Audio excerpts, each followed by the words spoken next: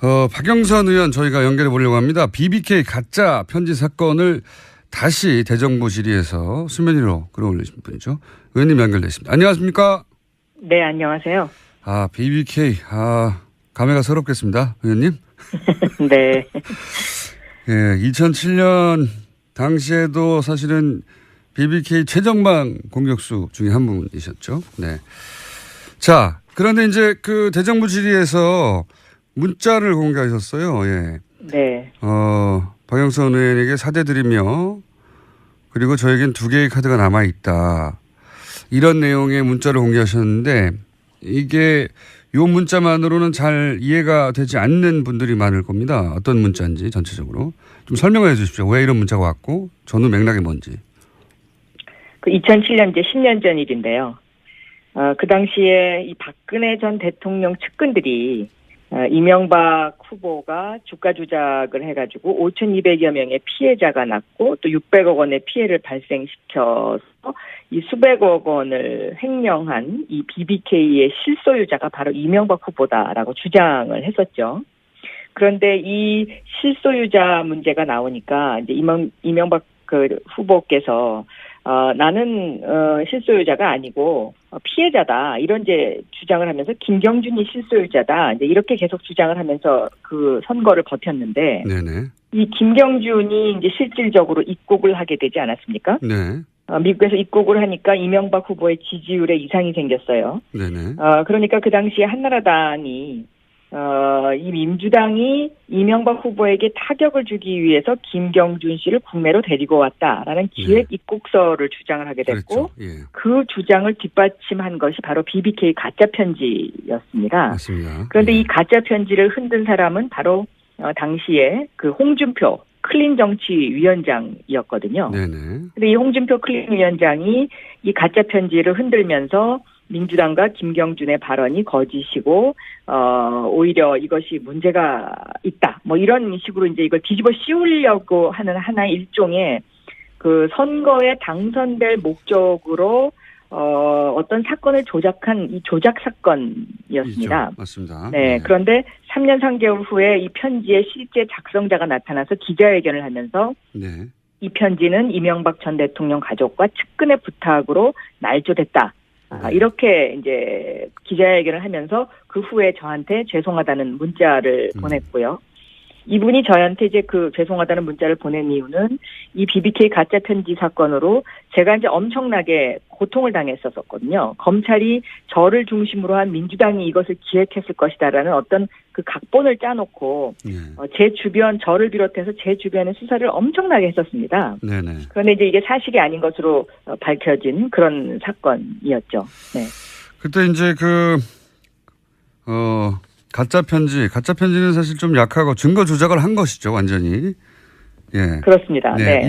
있지도 않은 민주당이 어떤 조작을 했다고 그 조작을 했다고 주장을 하면서 검찰은 정봉주 전 의원을 갖다가 또 기소를 하고 또 정봉주 전 의원이 이 BBK 사건으로 인해서 실형을 살게 되고 이런 이제 억울한 일들이 지금 계속 벌어지게 된 거죠. 그렇죠.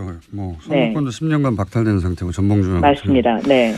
그런데 그 당시 한나라당에서 흔들었던 편지는 가짜라고 편지를 작성한 당사자가 당시에 폭로했지 않습니까? 신명 씨라고. 네.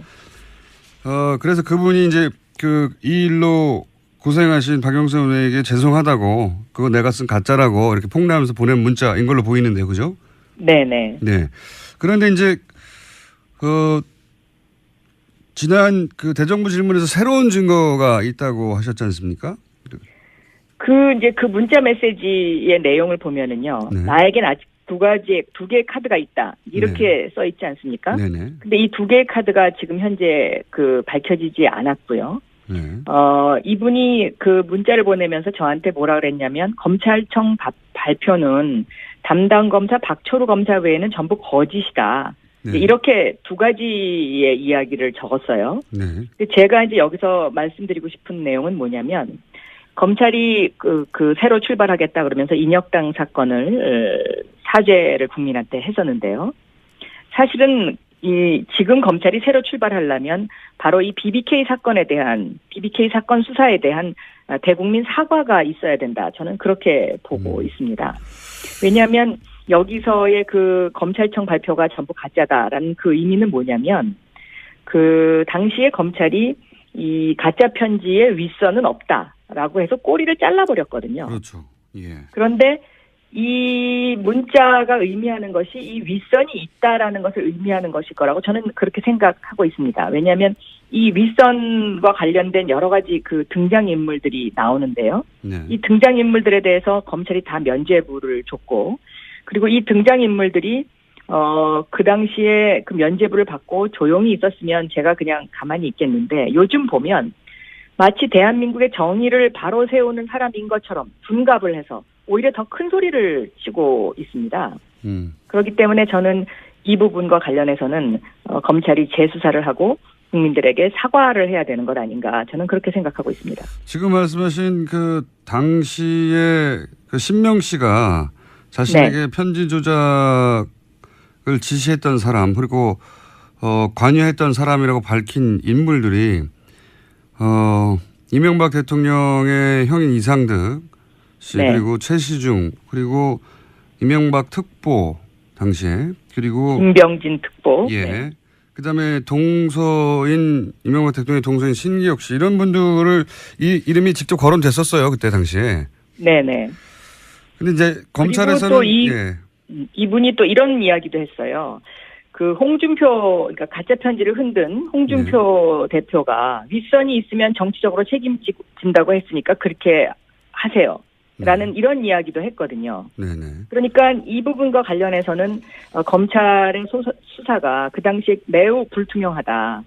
저는 그렇게 보고 있고, 검찰이 그 손이 안으로 굽는 그런 수사를 한 것이 아닌가, 저는 그렇게 생각하고 있습니다. 네. 그런 의혹이 뭐 여전히 남아있고, 신명 씨의 주장은 그러했는데 실제 신명 씨에게 그런 편지를 쓰라고 지시를 했던 양승덕 씨는 그냥 대학에 직원에 불과했는데, 한 대학에. 이분이 다 그냥 이 모든 일을 독자적으로 기획했다는 게 검찰의 수사 결과였지 않습니까? 그렇습니다. 네. 말이 안 되는, 납득하기 어려운 수사 결론이었는데, 지금 네. 이제 의원님 말씀은 제대로 된 검찰 수사를 새로 하고, 그리고 그 이전에 당시 수사를 담당했던 검찰은 여기에 대해서 반성하고 수사를 밝혀야 된다, 이런 말씀이신 거죠? 그렇습니다. 그리고 저는 이 일로 인해서 정봉주 전 의원 같은 경우는 너무나 억울한 옥살이를 했기 때문에 지금이라도 특별 사면을 시켜줘야 되는 것 아닌가, 저는 그렇게 생각하고 있습니다. 네. 당시 정봉주 전 의원과 박영선 의원님이 2007년에 이 건으로 사실 고생을 같이 하셨는데, 네, 고생 많으셨죠 그때. 예, 그렇습니다. 지금은 이렇게 웃으면서 이야기하지만 네. 그 당시는 뭐 굉장히 상황이 심각했었죠. 가족들이 다 뿔뿔이 흩어져야 되고, 또 제 주변에 있는 보좌진들부터 시작해서 검찰 수사를 안 받은 사람이 없거든요. 네. 제가 알기로는 의원님도 거의 감옥 가실 뻔한 걸 알고 있습니다. 자, 10년 전 얘기긴 합니다만 거의 감옥 가실 뻔한 걸 알고 있고. 네. 자, 이 건에 대해서 그게 문제가 아니라 제대로 밝혀지지 않았다. 예. 그리고 현 검찰총장도 여기서 자유롭지는 않습니다. 당시에 서울중앙지검 특수 1부장이었기 때문에. 네. 자, 그런데 이게 재수사가 과연 될 수 있을까요? 저절로는 안 될 것 같은데요. 저도 뭐 이게 재수사하기가 쉽지는 않을 거라고 생각합니다. 왜냐하면 이 BBK와 관련된 그 수사 검사들이 한 뭐 3분의 2 정도는 그만뒀지만 아직도 3분의 1 정도가 검찰에 남아 있습니다. 네. 그런데 이 남아 있는 그 검사들의 주장은 뭐냐면, 우리가 그 당시에 정치적으로 그런 핍박을 받았지만 그래도 그러니까 무혐의라는 게 이제 일종의 가짜 편지도 뭐 윗선이 없다, 이런 정도로 그렇죠. 무마하고 민주당을 더 수사하라는 압박이 있었고, 박영선을 기소해서 감옥에 보내라는 압박이 있었지만 증거가 없어서 우리가 그래도 우리 양심대로 그래도 많이 노력했다, 뭐 이제 이런 주장을 하고 있는데요. 예. 저는 그런 주장을 사석에서 할 게 아니고 국민 앞에 우리가 그 당시에 이러이러한 그 힘든 상황이었고, 그래서 우리는 이러이런 잘못을 했다. 그리고 사실 그 당시에 진실은 이러이러이러한 것이었다라는 것을 국민들에게 밝혀야 정의로운 대한민국으로 가는 어떤 하나의 초석을 만들 수 있지 않을까. 그리고 다시는 검찰이 이런 어떤 정치권에 휘둘리는 검찰이 안 되기 위해서라도 저는 이런 부분은 한 번 정도는 정리하고 넘어가는 것이 맞다라고 저는 생각하고 알겠습니다. 있습니다. 사석에서는 그런 이야기를 하는군요. 당시에 검찰 출신들이. 네, 제가 듣기로는 정봉주 전 의원에게도 그 당시에 정봉주 전 의원을 수사했던 검사분들이 우리가 그때 뭐 이래서 어쩔 수 없이 기소를 한 거다라는 이야기를 사석에서 하는 걸로 제가 알고 있습니다. 알겠습니다. 오늘 말씀 감사합니다. 여기까지 듣겠습니다. 네. 지금까지 더불어민주당 박영선 의원이었습니다. 박영선 의원 저희가 연결해 보려고 합니다. BBK 가짜 편지 사건을 다시 대정부 질의에서 수면 위로 끌어올리신 분이죠. 의원님 연결됐습니다. 안녕하십니까? 네, 안녕하세요. BBK. 감회가 새롭겠습니다. 의원님. 네. 예, 2007년 당시에도 사실은 BBK 최정방 공격수 중에 한 분이셨죠. 네. 자, 그런데 이제 그 대정부 질의에서 문자를 공개하셨어요. 예. 네. 박영선 의원에게 사죄드리며 그리고 저에겐 2개의 카드가 남아있다.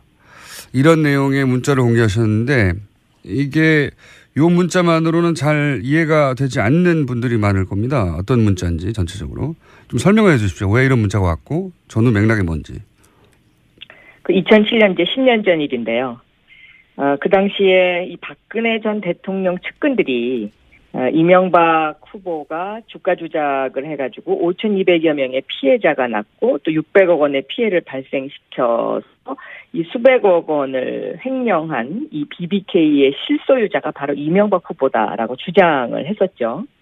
그런데 이 실소유자 문제가 나오니까 이제 이명박 그 후보께서 나는 실소유자가 아니고 피해자다 이런 이제 주장을 하면서 김경준이 실소유자다 이제 이렇게 계속 주장을 하면서 그 선거를 버텼는데 네네. 이 김경준이 이제 실질적으로 입국을 하게 되지 않았습니까? 네.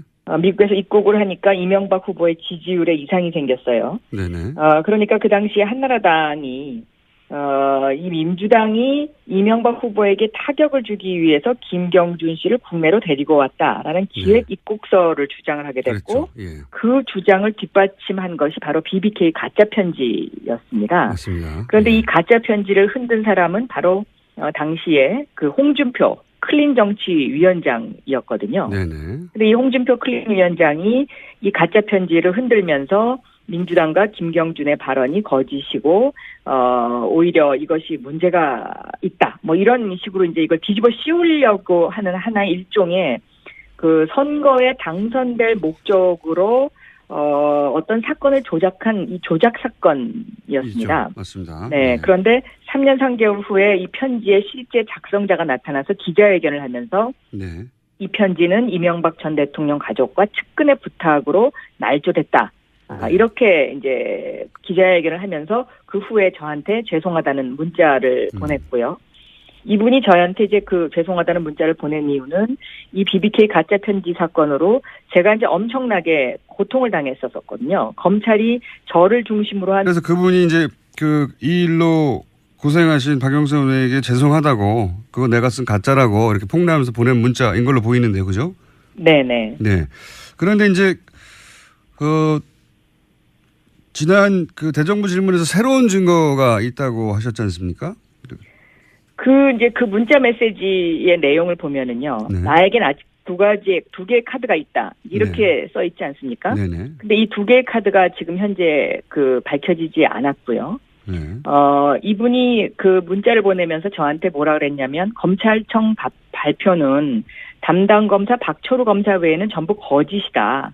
네. 이렇게 2가지의 이야기를 적었어요. 네. 제가 이제 여기서 말씀드리고 싶은 내용은 뭐냐면 검찰이 새로 출발하겠다 그러면서 인혁당 사건을 사죄를 국민한테 했었는데요. 사실은 지금 검찰이 새로 출발하려면 바로 이 BBK 민주당이 이것을 기획했을 것이다라는 어떤 그 각본을 짜놓고 제 주변 저를 비롯해서 제 주변에 수사를 엄청나게 했었습니다. 네네. 그런데 이제 이게 사실이 아닌 것으로 밝혀진 그런 사건이었죠. 네. 그때 이제 가짜 편지는 사실 좀 약하고 증거 조작을 한 것이죠, 완전히. 예. 그렇습니다. 네. 있지도 않은 민주당이 어떤 조작을 했다고. 그 조작을 했다고 주장을 하면서 검찰은 정봉주 전 의원을 갖다가 또 기소를 하고 또 정봉주 전 의원이 이 BBK 사건으로 인해서 실형을 살게 되고 네. 이런 이제 억울한 일들이 지금 계속 벌어지게 된 거죠. 그렇죠. 뭐 선거권도 10년간 박탈된 상태고 전봉주. 맞습니다. 네. 그런데 당시 한나라당에서 흔들었던 편지는 가짜라고 편지를 작성한 당사자가 당시에 폭로했지 않습니까? 신명 씨라고. 네.